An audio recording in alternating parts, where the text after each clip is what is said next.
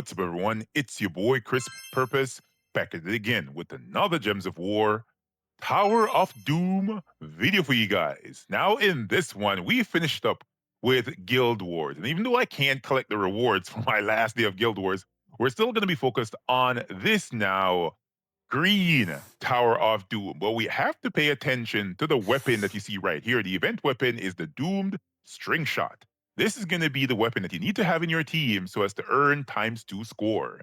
So for this Tower of Doom, this green Tower of Doom, we're going to be taking a look at two teams for the Tower of Doom. One's going to be a super fast team. The other team is going to be the most reliable team. All right, so the fastest team and then the most reliable team. And then we're going to take a look at a team as well for the Underspire. The teams are going to be following up right after this. So this first team is what I consider the fastest team for this Tower of Doom. The Doom String Shot is going to be in the last position here. This is, of course, the event weapon. It deals magic plus 3 damage to an enemy plus 4 per tempering level. The enemy uses green mana. It's going to explode 3 green gems, and if the enemy has a Doom, it will gain a quarter of my mana back. Very weak weapon. The only reason this is here is simply because it's required so as to maximize your score. The weapon also has Chaotic, Rusty, Striking, Tangling, which is good, entangling the first enemy, and Doomed Nature in the weapon upgrades. Nothing special there, to be honest. For the start, I'm using the Archer Hero class here. The Archer Hero class is here because of the 50% mana start, and that's the most. Maybe the Root Trap and the Nature's Aura is going to be useful as well, because the troop is going to be in the last slot for the hero. As you guys can see, I also have active potions of the Potion of Enchantment, Potion of Explosion, Potion of Rejuvenation, and the Potion of Armor. And I'm running a 20% start from my Anu. That's going to be very important because of the setup of this team. Up front, we're going to be having Chrysanthrax. This is here because this is the most powerful and the fastest option to blow through your required Tower of Doom battle. So if you're going to be taking it all the way to getting all of your what do you call their fort scrolls, and that's about it. This is what you really want to use, right? This is going to be dealing magic plus magic ×3, something damage to all enemies, and it will explode all skulls. And there's 10% chance for an extra turn boosted by skulls. Of course, if you don't have Chrysanthrax, use your Stellarex. If you don't have Stellarex, use your Diamantina, or maybe some other gem dragon or cosmic dragon or floral dragon that uses green mana. Majority of them do, so you should be fine picking out or switching this out for some other troop. Of course, the troop has spell damage reduction and skull damage reflect, so it's good in the first slot. Then we have 2 copies of ZBP. Zarg's Boom Pile is on this team simply because this is the fastest way to get mana to your troops, if indeed you don't want to use a Leprechaun. If you have a Leprechaun and you don't have ZBP, put on your Leprechaun. Maybe you have 1 ZBP, put on a Leprechaun. You know what I mean? It will work really, really well. And there are some other great generators in this restriction, but for the fastest team, I think that this is it because we have a Potion of Enchantment, then we have a Potion of Explosion, and then ZBP is doing 2 explosions of those skulls with his 1 little spark final trait. So you have 2 copies, you get a 4 explosion right there. I think the explosions right there are good enough for me to get my Chrysanthrax spell ready, just cast it and kill out the enemy troops. Of course, let's take a look at the banner here. The banner on this first team is the Maze banner from the Labyrinth. So this is their +1 green, +1 on red. They're minusing purple because only Chrysanthrax uses purple mana. And of course, as you guys can see, she uses 5 other mana colors. We're in battle number 1 here for our Tower of Doom, the Smuggler's Den. Let's see if we can kill him out real fast. There we go. We have the explosion. Of course, it didn't get spell ready. Why not? And we almost killed him. You see how easy that was? Very fast team. Of course, it's going to work quicker in certain battles. But yeah, I really want to showcase how you're able to blow through some battles really, really fast. Hopefully we get a nice explosion here and we don't have that same Valraven creating his storm. There we go. That's exactly what I want to see, right? Your Chrysanthrax gets spell ready, you kill him. If you have Diamantina, use your Diamantina. If you have Stellarex, you put your Stellarex, or maybe you put your Emerald Drain or some other dragon that you might have. All right, let's move over to the 4th battle once more to showcase what you're able to do, right? I don't want to spend too much time on one team because you basically get the gist. The explosions happen, you get spell ready, you kill them. What the hell is happening? How did they get mana? How did he get mana? What was it? Is that a bug? That has to be a bug. That has to be a bug. Homie over here got an explosion. Where'd the explosion come from? Tripping. Oh, he got mana from this. It might be this. Might be that, right? It might be that trait right there that gave him some mana, but I'm not too sure. Somebody tell me in the comment section, man. Man, I'm kind of lost there. But yeah, that is the first team. Chrysanthrax with 2 copies of ZBP and the weapon from the shop. The most reliable team for this Tower of Doom, this green Tower of Doom, is going to be following up right after this. And this is what I would consider the most reliable team for this green Tower of Doom. Bogstride is going to be at the top of this team, of course, destroying gems with his Bog Slime spell and entangling a random enemy. He also has the ability to entangle enemy when he does skull damage to them, and he has skull damage reduction. So him up front right here will allow, Bogstride up front will allow you to consistently entangle enemy troops, stopping them from dealing damage to you with skulls, and then you can just have your way with them. Then we have on the team Maelstrom Dagonaut. This is going to be here for killing enemies and creating those random mana potions.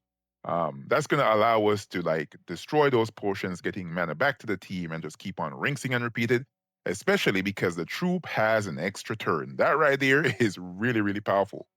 We also have a good setup for the traits as well, aquatic, so you become submerged when you take damage, and it's invulnerable. So enemies cannot instant kill this, as well as they cannot curse, you know what I mean? And, do all those things. You're going to be fine with Maelstrom Dagonaut on your team. And then we have Tina 9000. Tina 9000 is here so as to focus down that Doom, right? That Doom is invulnerable as well.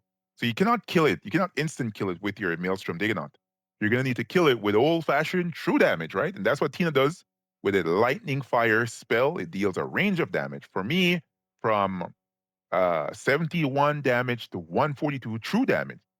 3 random enemies. So if it's only that Doom left, this will almost 100% surely kill after hitting it 3 times concentrated with this amount of damage. It's going to be really, really cool. And Tina is very tanky as well because it has spell damage reduction. The hero is there at the back with the Doomed String Shot. Yeah, the banner on this one, let's take a look at it. The banner is the Hunting Pack banner, right? This is a Warbands banner. So it's a +2 on green, +1 on brown. They were minusing yellow because obviously no troop uses that mana color. Let's hop into a fight. Of course, this is not a super high level fight. I'm gonna show it to you exactly how I would want it to work. And then you can try it out and see if it works out very well for you. All right, let's destroy some gems. As you can see, we have Maelstrom Dagonaut spell ready. We kill 1. If the gems match, that's fine. But, at this level, you should be able to kill them out just like this, right? If indeed the enemy had a possibility of exploding those mana potion gems, I would just cast my Box Strider and then destroy all of those potion gems on the board. Let's try that again to showcase exactly what we're able to do. And after this, we're going to be taking a look at the Underspire for Mist of Scales. Pretty good Underspire. This week, I think everyone should be doing their Underspire, right? It's just so good. All right, so kill 1, destroy all those potions. They'll almost never get a turn, right? You can follow up with your Tina, right? See how easy that was, man? Box Strider just gets mana to your team. Just can keep on rinsing and repeating Box Strider over and over with Maelstrom Dagonaut. Kill out all the enemies, then you go ahead and focus down that Doom with your Tina 9000. Yeah, so that is the second team right there, the most reliable team. You saw the fastest team, then the most reliable team. Now let's take a look at the team for the Underspire. That's going to be following up right after this. So this week, we are in the kingdom of Mist of Scales for the Underspire, and it should be a very, very easy one, right? Everyone should be going all the way to get all their rewards for this Underspire. Why? Because you have troops like this. Takshaka is available in Mist of Scales. This is going to be here for the Jewel Fang spell, as well as for the Rainbow Scales final trait, creating a ×3 wildcard. When my turn begins, 3 copies of this on the team, and I'm going to showcase multiple variations of this team. So just in case you don't have 3 Takshakas, you might have 2, or you might have 1. I'll showcase a team for that as well. I probably only link 1 team in the description with the team code, but I'll showcase multiple others. All right, so as you guys can see, the weapon of choice here is the Cobra's Curse. This is a great weapon, right?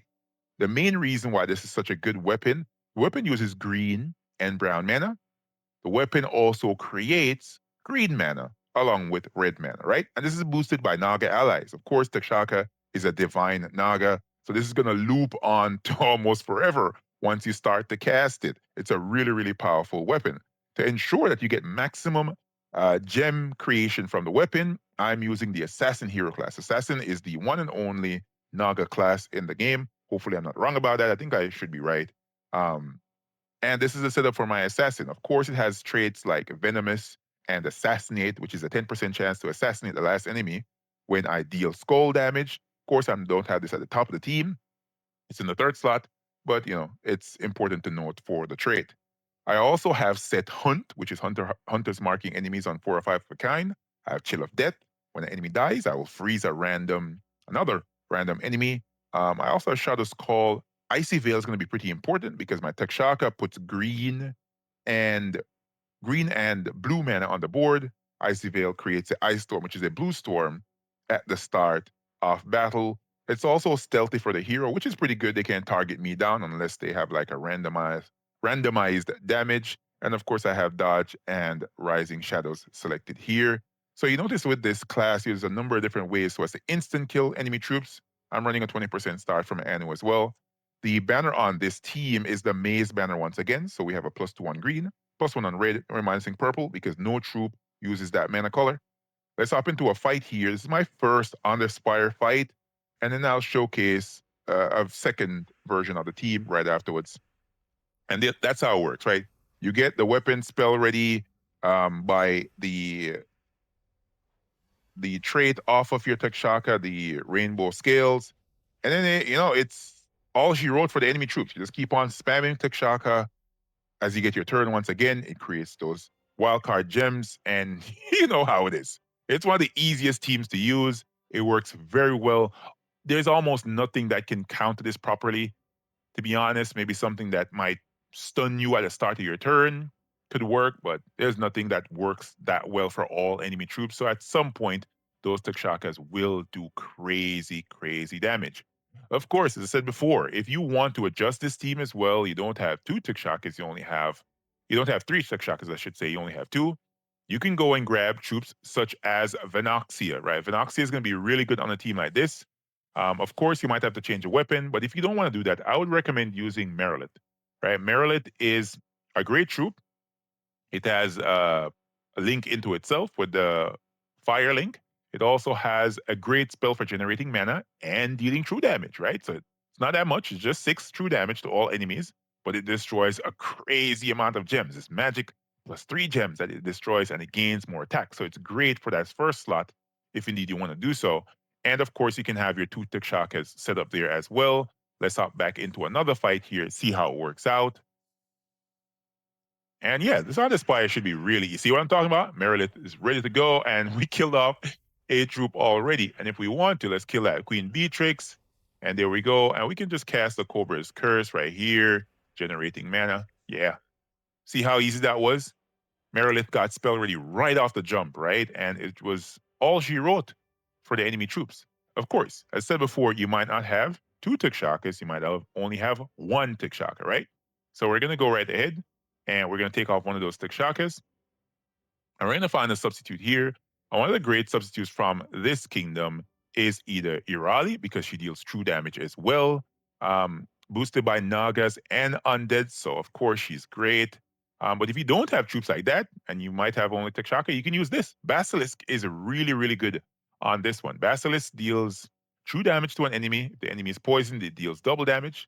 And it will deal true damage again to that enemy. If the enemy is stunned, he deals double damage. That's crazy amount of damage right there. He also stuns enemies as well as poisons them when doing skull damage, and he has skull damage reduction. So he's an amazing troop to have on your team.